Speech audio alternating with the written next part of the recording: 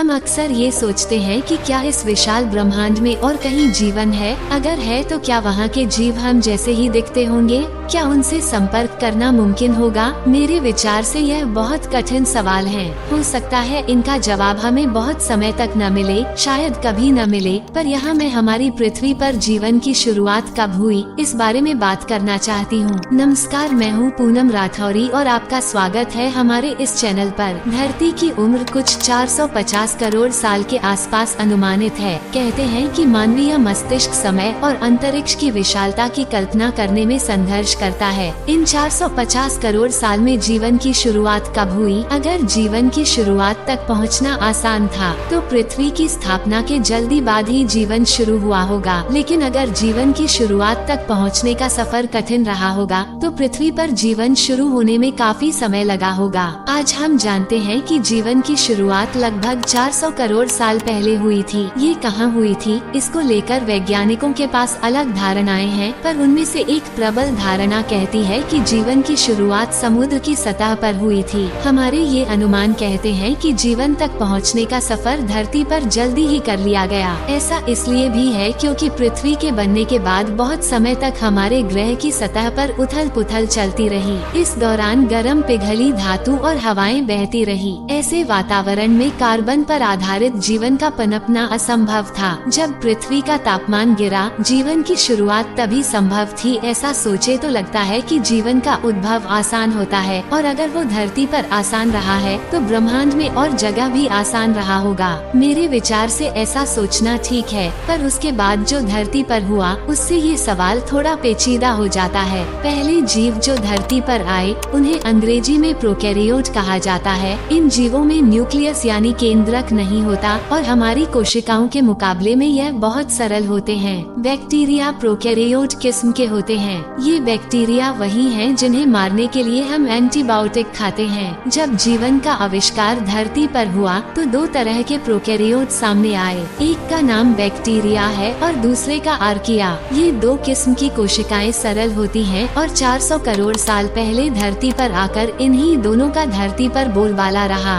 ऐसा लगभग 200 करोड़ साल तक चला। इतने लंबे अंतराल के बाद एक आर्किया ने एक बैक्टीरिया को अपने अंदर समा लिया। ये घटना कब और कैसे हुई, इस पर आज भी अनुसंधान जारी है, और इस प्रसंग की बारीकियां हम आज नहीं जानते हैं। पर इस एक घटना ने धरती पर जीवन का रुख बदल दिया। आर्किया के अंदर बैक्टीरिया जाने से एक यूकेरियोट कोशिका पैदा हुई। हम अपने आसपास जितनी प्रजातियां देखते हैं, पेड़ पौधे, जानवर, पक्षी और हम स्वयं, सभी उस यूकेरियोट कोशिका की नतीजा हैं। आर्किया के अंदर जाने वाला बैक्टीरिया क्रमागत उन्नति के एक प्रक्रिया के बाद एक कोशिका का वो केंद्र बन गया जहां कोशिका की ऊर्जा का उत्पादन होता है। ऐसा होना धरती पर जीवन के लिए एक बहुत महत्वपूर्ण कदम था। ऐसा माना जाता है कि इस एक घटना से एक कोशिका जितनी ऊर्जा थी वो बहुत बढ़ गई, और उसी कारण से मनुष्यों जैसे जटिल जीवों का धरती पर आना संभव हुआ। पर ऐसा होने में 200 करोड़ साल क्यों लगे, इस सवाल का कोई सरल जवाब नहीं है।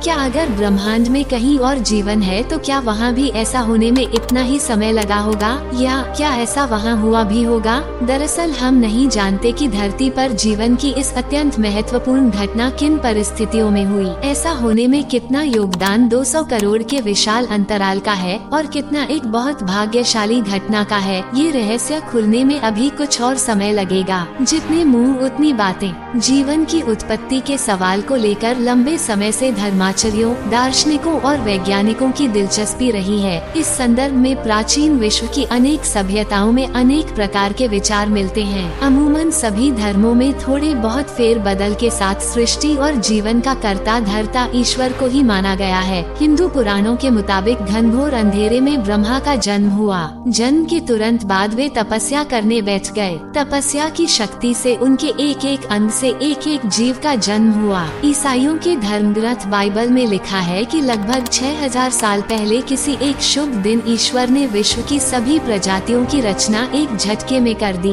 वही मुसलमानों का पाक किताब कुरान कहता है कि अल्लाह ने हर जीवित चीज को पानी से बनाया है। खास बात यह है कि इन सभी धर्मों की ओर से जीवन की उत्पत्ति के प्रश्न के जितने भी उत्तर मिलते हैं, सभी लगभग एक जैसे ही हैं। किसी अनोखे जादू या दिव्य शक्ति से सभी जीव जंतु बन गए। विज्ञान की सबसे कमजोर कड़ी। फिलहाल पृथ्वी पर जीवन की शुरुआत कब, कैसे और कहां हुई, इस विषय पर ढेरों सिद्धांत और विवाद हैं। इन सिद्धांतों में से कौन सा सही है और कौन सा गलत, इस पर फौरी तौर पर कुछ भी नहीं कहा जा सकता। जीवन की उत्पत्ति को लेकर मोहक सिद्धांतों को प्रस्तुत करने का ये सिलसिला भविष्य में भी जारी रहने वाला है। हो सकता है कि जिन घटनाओं की परिणति पृथ्वी पर जीवन की उत्पत्ति के रूप में हुई, उसे शायद हम कभी समझ ही न पाएं। किसी ने ठीक ही कहा है कि जीवन की उत्पत्ति विज्ञान की सबसे कमजोर कड़ी है। आपको हमारे जी वीडियो कैसी लगी? अच्छी लगी तो प्लीज चैनल को सब्सक्राइब कीजिए ताकि हमारा हौसला बढ़े और हम और भी रिसर्च करके आपके लिए और बढ़िया वीडियो बनाकर लाए। धन्यवाद।